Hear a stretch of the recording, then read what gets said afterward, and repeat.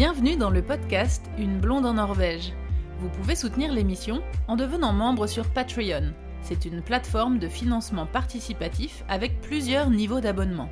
Vous avez accès à tout ce contenu exclusif à partir de 2 € par mois. Vous pouvez aussi faire un don unique avec PayPal. Le meilleur moyen pour faire connaître le podcast est d'en parler autour de vous et de partager les épisodes. Et surtout, vous pouvez laisser un avis avec des petites étoiles sur Apple Podcast et sur Spotify.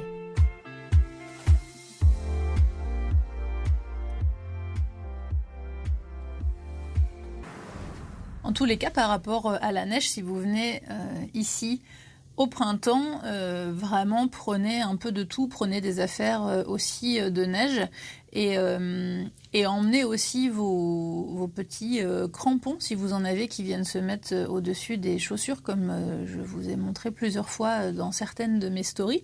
Et j'ai expérimenté justement aux vacances de Pâques cette transition entre printemps et été qui fait qu'elles sont un peu bizarres ces vacances de Pâques parce que on est vraiment à l'intersaison, donc il n'y a plus les grosses neiges comme aux vacances d'hiver où on peut faire du ski partout, mais c'est pas encore le printemps, le gros printemps 20 degrés ou 15 ou 20 degrés. On est vraiment entre les deux et du coup au niveau des promenades ça peut être un petit peu compliqué. Là à Pâques j'étais dans une région qui s'appelle Val d'Ress et on a fait des promenades en montagne, c'est pas de la haute montagne, hein, mais on était à, je sais pas, 1000 mètres, je crois, 1000 mètres, 1100 mètres. Et en fait, c'était pas super pratique pour se déplacer parce qu'à un moment, on a voulu aller se promener sur un chemin. Et en fait, comme il faisait plus assez froid, la neige commençait à fondre un petit peu, mais il y en avait encore une grosse épaisseur. Et du coup, quand on passait à pied, on s'enfonçait carrément, mais jusqu'aux genoux, voire plus. Enfin, c'était un petit peu compliqué. On faisait quelques pas, on s'enfonçait pas, on avançait, puis hop, d'un coup, on s'enfonçait. Donc, c'est impossible de marcher dans ces conditions-là. Le seul moyen pour emprunter ces petits chemins au printemps, c'est d'utiliser des raquettes. Donc ça, je vous recommande aussi d'en avoir ou d'en louer si vous venez là et que vous voulez aller vous promener sur les chemins de randonnée. Et du coup, ça marchait pas pour nous comme on était à pied, qu'on n'avait pas de raquettes. Donc on a voulu essayer de l'autre côté, dans l'autre sens, vers l'autre flanc de montagne. Et là, c'était beaucoup plus agréable, ça marchait. Il y avait des endroits où il y avait plus de neige et il y avait des endroits où il y avait encore un petit peu de neige, mais on pouvait passer à pied. Mais du coup, ce qui est un peu chiant, c'est que ça fait de la grosse gadouille, quoi. Les endroits où la neige, elle fond, c'est vraiment de la grosse boue avec plein de cailloux. C'est super glissant. Il y a des petits éboulements, des trucs. Enfin, on peut glisser facilement. Donc c'est une période où c'est pas super facile de se promener. Et la seule façon de pouvoir se promener en mode hiver sur la neige, c'est de marcher sur les pistes de ski de fond. Donc c'est autorisé évidemment, mais faut faire attention de pas gêner les skieurs. Et puis les skieurs en général, ils aiment pas trop quand on est sur les pistes. Mais quelquefois, c'est le seul moyen pour se promener. D'ailleurs, les pistes de ski sont souvent indiqué comme avec les petits panneaux pour les pistes de ski et pour les pistes de marche à pied, donc c'est autorisé de marcher. Simplement, vous avez les traces pour les skis de fond qui sont en général sur les côtés extérieurs du chemin. Et du coup, il faut faire attention de ne pas casser ces pistes-là, les traces en fait, et de marcher à l'intérieur de ces traces. Simplement, il y a des skieurs qui font du ski où ils utilisent justement pas les traces mais la partie intérieure de la piste, donc du coup on peut les gêner. Donc c'est un peu ça dépend. S'il y a personne, ça va, mais s'il y a du monde, c'est un peu désagréable parce qu'on a un peu l'impression qu'on embête tout le monde alors qu'on n'a pas trop d'autres choix parce qu'il n'y a pas d'autres sentiers où on peut aller se promener. Les recommandations concernant les vêtements et les accessoires à emporter, comme je vous ai dit, il faut emmener des vêtements un peu pour toutes les saisons, un petit peu d'hiver, un petit peu d'été. En tout cas, il faut faire attention au soleil parce que c'est les premiers soleils qu'on prend et en Norvège, le soleil est assez violent. Donc je vous recommande de prendre une bonne crème solaire. Même s'il fait froid et que vous allez être emmitouflé, je vous recommande de mettre de la crème solaire à indice 50 sur le visage. Il existe certaines crèmes qui protègent aussi un petit peu contre le vent et ça marche plutôt très bien. J'en ai essayé une cette année là qui est vraiment très bien. J'avais moins ce ressenti d'avoir le visage fouetté par le vent. Donc c'était assez agréable.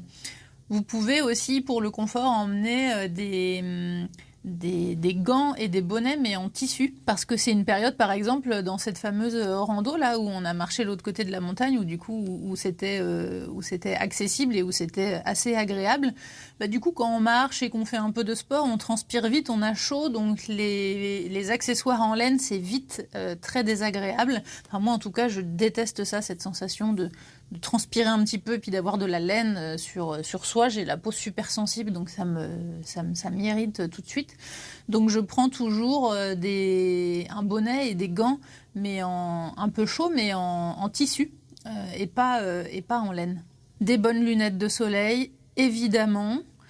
Moi j'ai des lunettes de soleil filtrées qui s'adaptent un petit peu et c'est vraiment top parce que du coup même quand il n'y a pas beaucoup de soleil mais qu'il y a du vent, je les mets tout le temps parce que comme je porte des lentilles, je suis assez sensible au vent et ça peut irriter vraiment les yeux quand on a du vent comme ça tout le temps. Vous verrez que en Norvège, il y a beaucoup de gens qui utilisent les lunettes filtrées là de vélo avec les couleurs parce que alors c'est c'est un peu ça peut être un peu old fashion ou enfin voilà, c'est pas du goût de tout le monde en termes de style, mais en tout cas c'est hyper pratique. Moi j'ai des lunettes qui sont pas comme ça, qui sont teintées normalement, mais où le filtre s'adapte un petit peu et c'est vraiment super.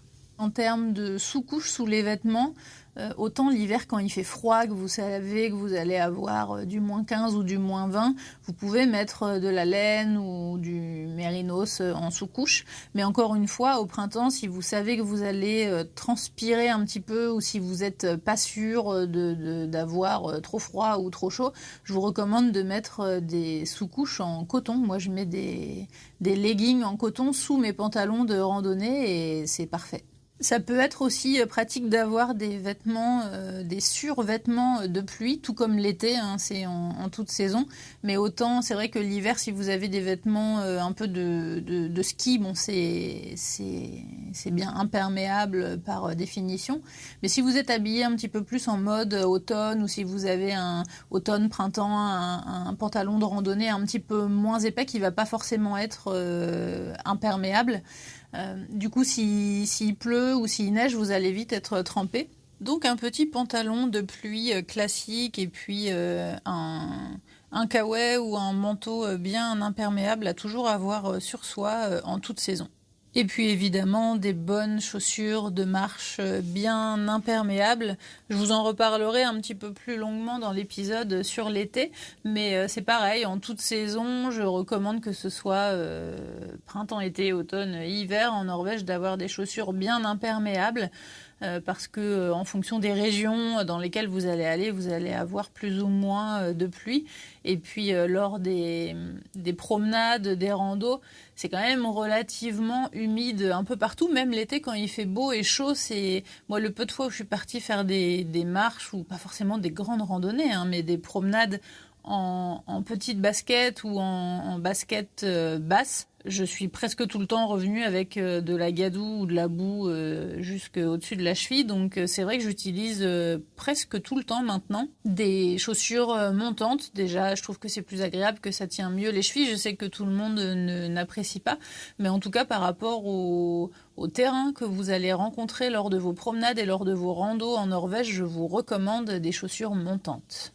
Par rapport à la période à laquelle vous allez venir en Norvège, il faut faire attention par rapport aux saisons. Vérifiez bien les dates d'ouverture des routes que vous voulez emprunter ou des lieux que vous voulez visiter parce que il y a pas mal d'endroits qui n'ouvrent que l'été. Par exemple, la fameuse route des trolls ouvre en fonction de l'enneigement entre fin mai et début juin, mais c'est déjà arrivé qu'elle n'ouvre que mi-juin, enfin peut-être pas mi-juin, mais si le 10 ou le 15, parce qu'il y avait encore trop de neige. Il y a beaucoup de restaurants ou de lieux vraiment touristiques qui n'ouvrent que pour la pleine saison, des musées aussi. Certaines églises en bois debout aussi ne sont pas ouvertes hors saison. Donc si vous planifiez vraiment votre séjour, vérifiez bien les dates parce qu'au printemps, souvent les gens se font avoir et tombent sur des restaurants ou des lieux à visiter. Dans la plupart des épisodes, je vous ai lancé un appel aux questions et j'ai reçu un message de John qui me demande à quelle période fond la neige dans les fjords. Ça dépend de plein de choses, ça dépend de l'altitude, ça dépend de là où vous vous trouvez, ça dépend de si la montagne est orientée nord ou sud ou est ou ouest, ou c'est impossible à déterminer. Et puis ça dépend de où se trouve le fjord et de quel fjord vous parlez. Par exemple, à Bergen, il y a très rarement de neige, donc les fjords qui sont vraiment tout proches de Bergen sont très rarement enneigés ou gelés. Mais effectivement, les fjords qui sont pas très très loin de Bergen, mais qui sont plus dans les terres, sont plus enneigés, avec des petits morceaux du fjord qui peuvent geler, où il faut faire passer les brise-glaces. Mais si je devais donner une période approximativement, je dirais que c'est pas avant le mois de mai. En gros, avril et mai, c'est vraiment le printemps, la transition, et l'été ne commence vraiment que fin mai, début juin.